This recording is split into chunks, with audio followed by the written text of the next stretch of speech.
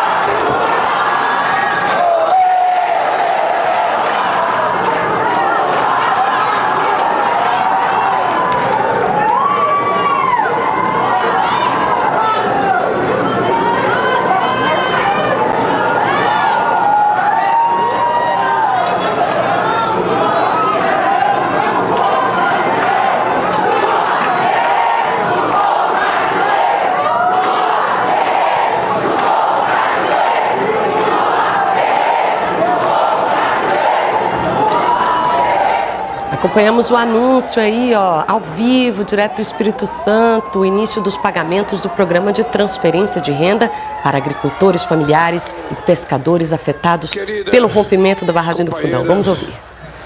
Queridos companheiros, meus companheiros e companheiras do Espírito Santo, meu caro prefeito Lucas, meu caro governador Casagrande, prefeitos aqui presentes, o presidente da Associação dos Prefeitos do Espírito Santo, nosso querido senador, nossos queridos deputados federais, estaduais. Hoje é um dia de celebração. Possivelmente tenha gente que não tenha gostado do acordo.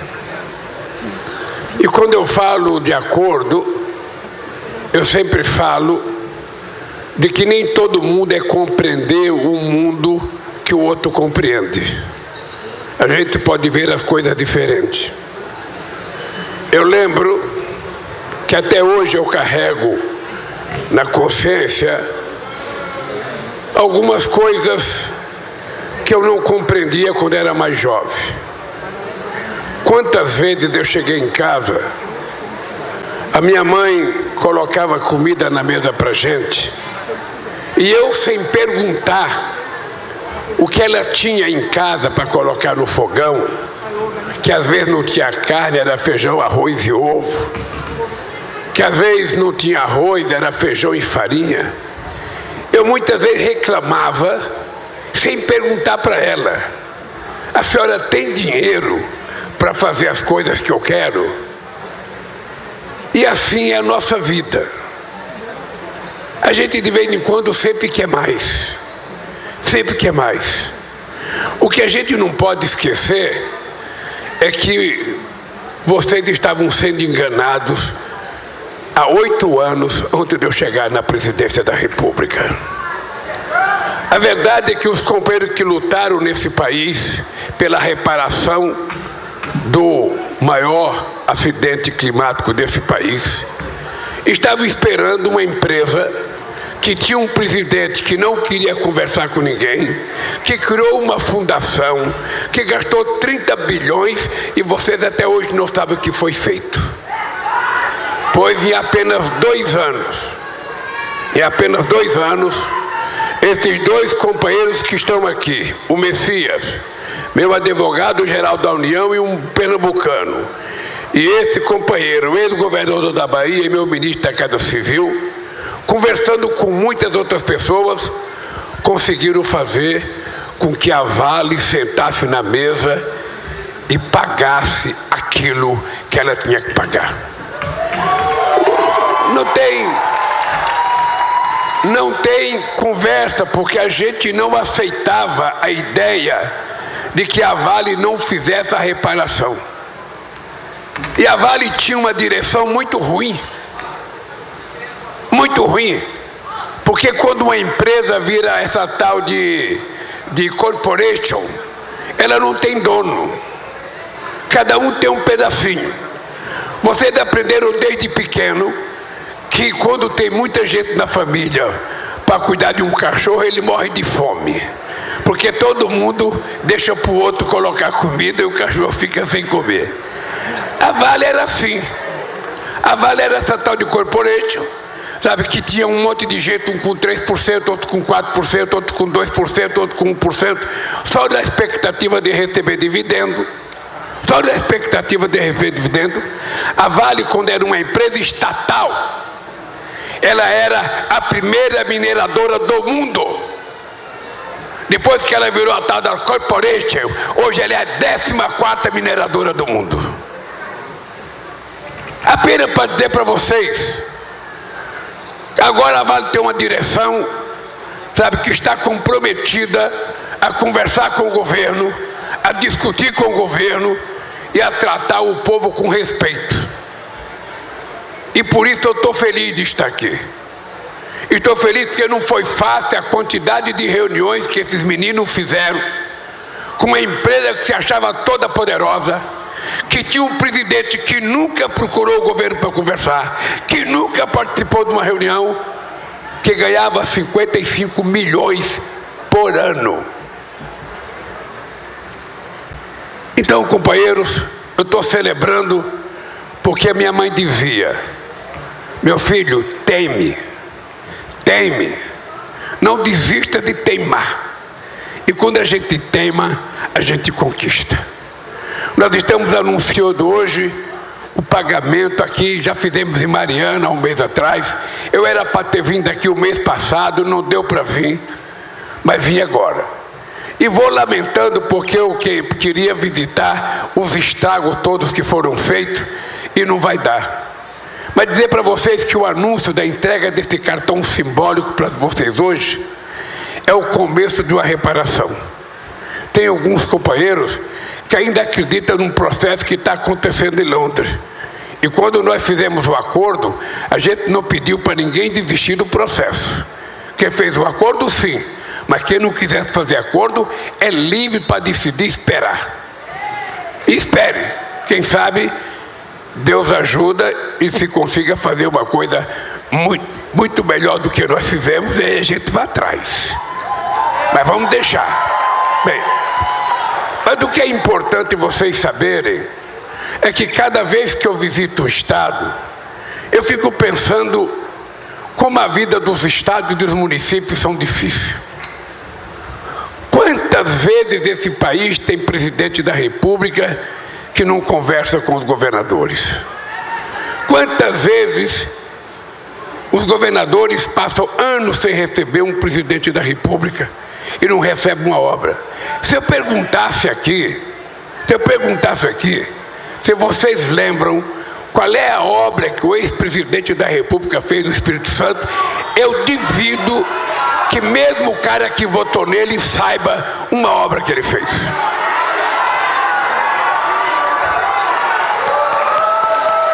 Porque o Brasil sempre foi assim.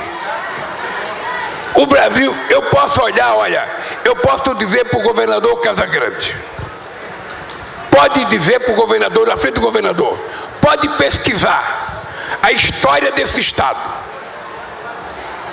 Desde a proclamação da República em 1889, do primeiro presidente Marechal Deodoro da Fonseca. Se vocês vão encontrar um presidente da República que fez mais coisa nesse Estado do que eu, em parceria com ele, em parceria com o governador. Pode pesquisar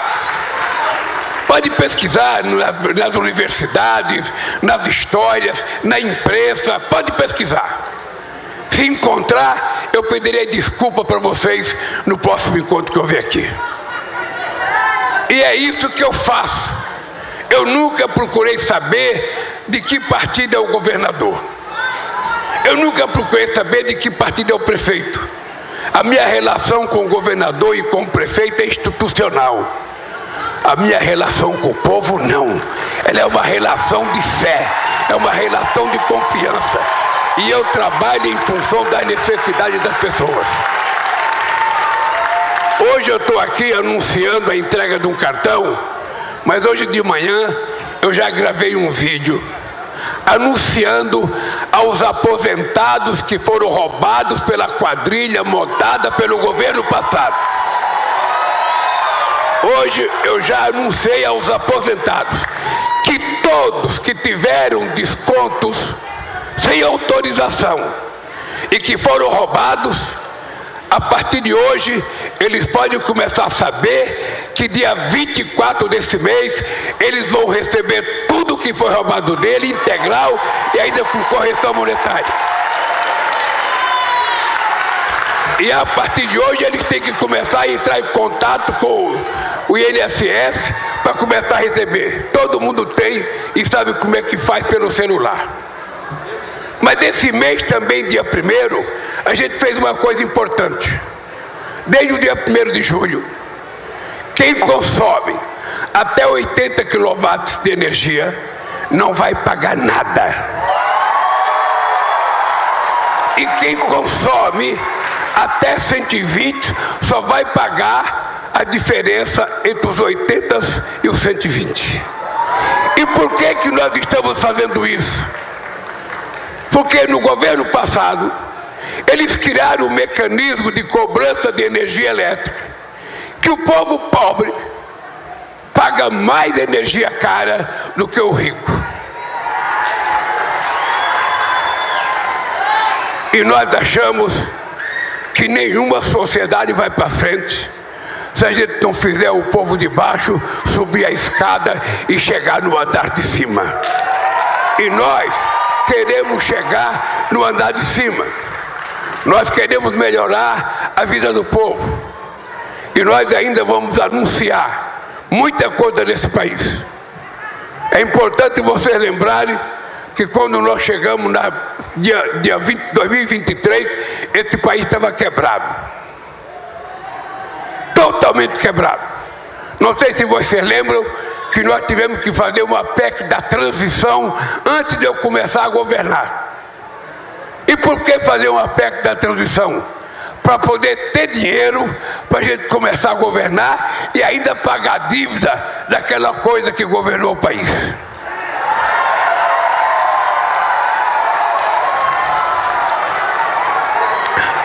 Aquela coisa covarde que preparou um golpe nesse país, não teve coragem de fazer, está sendo processado, vai ser julgado, e ele mandou o filho dele para os Estados Unidos pedir para o Trump fazer ameaça. Se não liberarem o Bolsonaro, eu vou taxar vocês. Eu quero aproveitar e dizer, eu sou um homem educado por uma mulher analfabeta. Sou um homem criado por uma mulher que criou 8 filhos sozinha. Porque meu pai largou a minha mãe grávida de mim, foi para São Paulo, e quando eu fui encontrar com meu pai, ele já tinha outra mulher e outra família. Você pensa que a minha mãe ficou chorando? Ficou lamentando? Não. Pegou os 8 filhos, levou para um barraco e criou. E o caçulinha dela virou presidente da República desse país.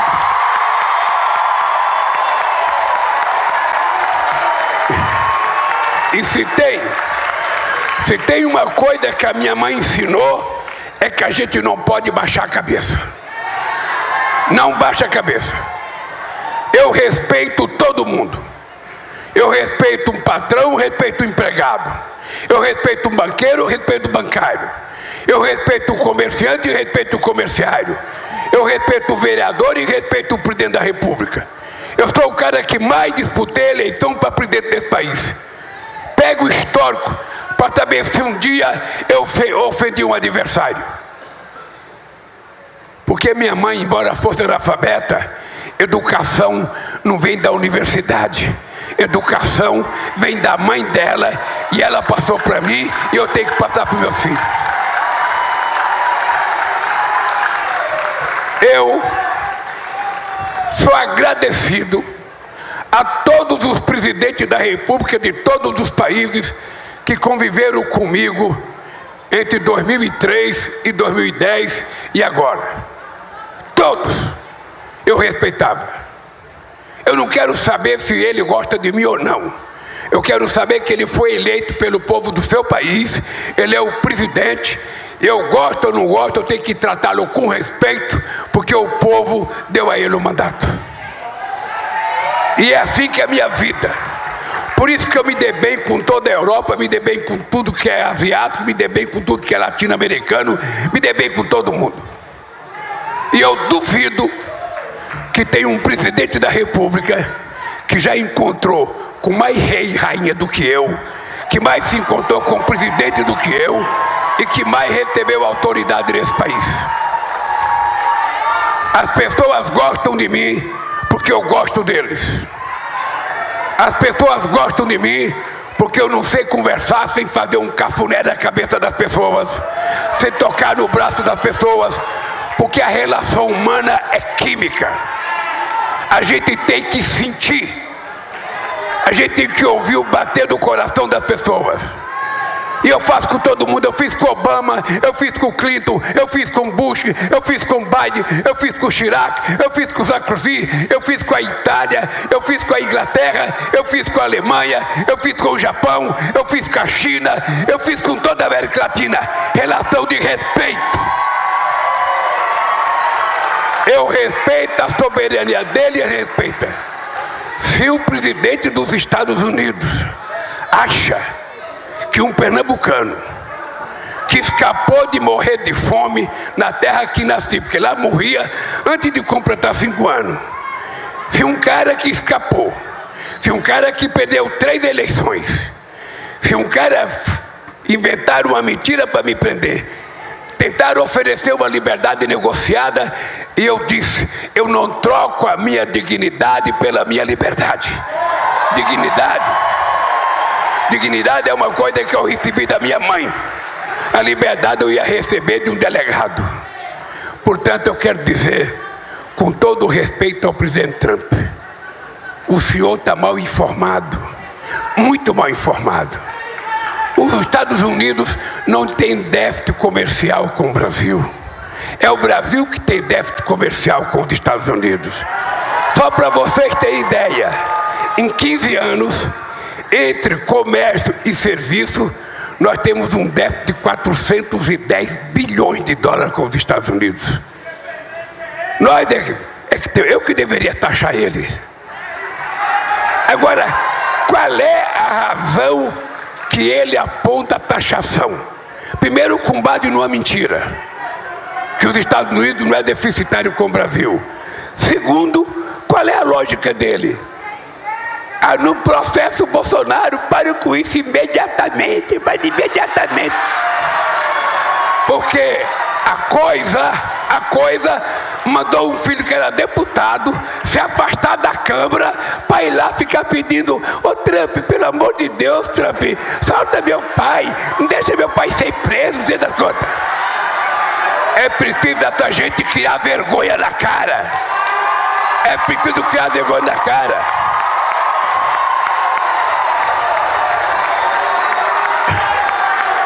É preciso criar vergonha na cara.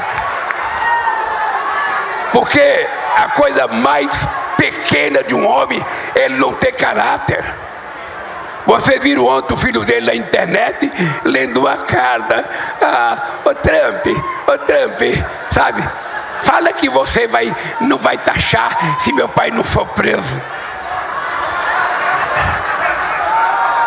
Que homem que é esse, gente? Que tipo de homem que é esse? Que não tem vergonha de enfrentar o processo dele de cabeça erguida e provar que foi inocente. Porque quem está denunciando ele não é o governador do Espírito Santo. Quem está denunciando ele não é alguém do MAB, não é o pescador, não é o sem terra, não é ninguém do PT. Quem está denunciando ele são os generais e o ajudante de ordem dele, que era coronel do Exército. Então, vocês sabem que quando eu estava sendo processado, muitas vezes as pessoas diziam para mim: ô Lula, vai para uma embaixada. Ô Lula, sai do Brasil. Eu falava: Caramba, é o seguinte: quem é inocente não baixa a cabeça, enfrenta as consequências. Então, é importante. Ontem eu disse na entrevista da Globo: se o Trump fosse brasileiro e aqui tivesse um Capitólio e ele fizesse aqui o que ele fez nos Estados Unidos, ele também ia ser preso. Ele também ia ser preso. Porque o poder judiciário é autônomo. O poder judiciário é autônomo. Não tem como eu interferir na Suprema Corte. Não. Ele vai ser julgado com base nos autos. Tem não sei quantos meses e anos já investigando, pesquisando, fazendo. Ele vai ser julgado. Se ele for inocente, ele será absolvido, como eu fui. Se ele for culpado, ele vai para a cadeia como todo mundo tem que ir. E eu quero dizer para vocês o seguinte. Essa gente não vai brincar com o Brasil. Eu, primeiro, não faço nenhuma confusão entre o comportamento do presidente Trump e o povo americano. O povo americano é um povo que merece respeito, é um povo trabalhador, e são tão trabalhadores que os Estados Unidos se transformou na maior potência do mundo. Isso se deve a investimento em educação, se deve a muito estudo. Então eu respeito muito. E respeito a relação que o Brasil tem, política e comercial. Respeito. Vou tentar e brigar em todas as esferas para que não venha a taxação. Vou brigar no OMC, vou conversar com meus companheiros dos BRICS. Agora, se não tiver jeito no papo, no tete-a-tete, nós vamos estabelecer a reciprocidade. Taxou aqui, a gente taxa lá. Taxou aqui, a gente taxa lá. Taxou aqui, a gente taxa lá. Não tem outra coisa a fazer. Não tem. Eu todo dia assino muitas cartas para presidente. Eu assino carta para muito presidente. Ele nem uma carta fez, ele fez um negócio no site dele. Sentou no sofá, ô Lula, eu vou taxar, se você não soltar o Bolsonaro, eu vou taxar. Realmente, gente, essas pessoas não sabem o que é o respeito que nós temos pelo nosso país. Essa gente não sabe que nós não somos um povo qualquer. Nós somos uma mistura de indígenas, negros e europeus. Por isso que nós saímos essa espécie bonita de gente. Então, companheiros, nós vamos fazer muita coisa boa nesse país. Esperem. Esperem, porque nós passamos 2 anos reconstruindo e 1 ano plantando. Agora é o momento da colheita. Agora é o momento que nós vamos anunciar tudo que nós fizemos. E vai acontecer muita coisa.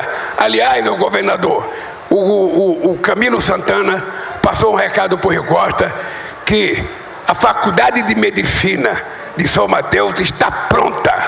É só convidar você e os deputados e os senadores para ir lá no meu gabinete. A gente vai assinar para vocês terem a sua faculdade de medicina, tá? Isso está pronto. No mais, eu queria dizer para vocês o seguinte: nós temos muita coisa para fazer. Nós temos uma política de gás em que eu não me conformo de que o gás de cozinha sai da Petrobras a R$37. E quanto chega para vocês?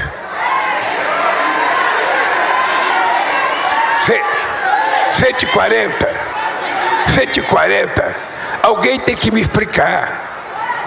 Então nós vamos para mais de 17 milhões das pessoas mais pobres desse país garantir o gás de graça para esse povo ter como cozinhar.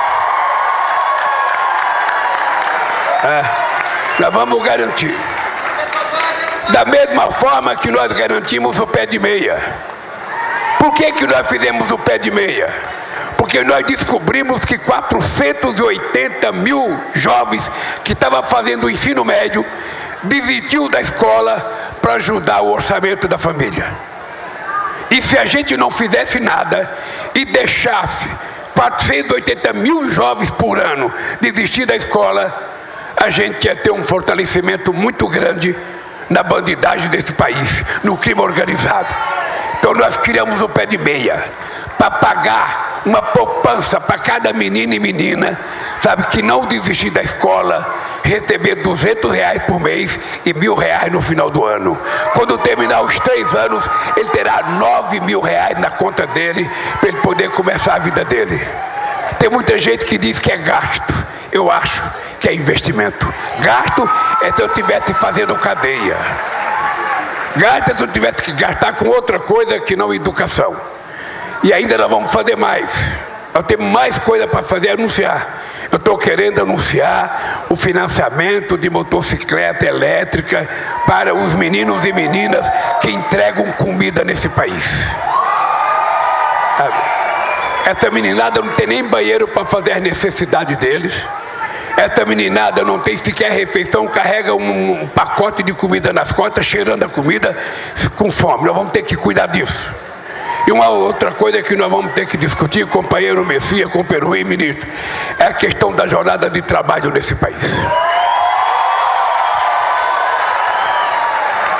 Nós queremos convocar os empresários brasileiros, os sindicalistas brasileiros, os trabalhadores, porque a humanidade não quer mais 6 por 1.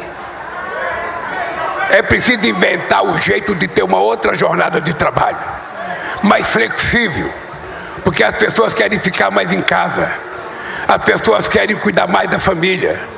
A gente já não aguenta mais levantar às 5 horas da manhã, depois voltar às 7 horas da noite, mal e porcamente jantar para dormir, para levantar no dia seguinte, durante 6 dias por semana. Isso no meu tempo era uma coisa extraordinária, mas hoje a juventude já não quer mais isso. Então é importante que a gente, enquanto governo, trate de pesquisar. Vamos utilizar a universidade, vamos utilizar a OIT, vamos utilizar tudo que é organização de trabalho e vamos tentar apresentar uma nova forma de trabalhar nesse país para que a gente possa garantir mais mobilidade para as pessoas. No mais, queridos companheiros e companheiras, eu quero agradecer ao governador Casagrande, quero agradecer ao governador Casagrande pela colaboração dele com o Rui e com o governo federal. Quando um governador, um presidente da República e um prefeito começam a trabalhar junto, só tem um ganhador, é o povo. É o povo. E é por isso que eu quero dizer para vocês, tenho certeza de uma coisa, esse país não baixará a cabeça para ninguém. Para ninguém. Ninguém porá medo nesse país com discurso e com bravata. Ninguém.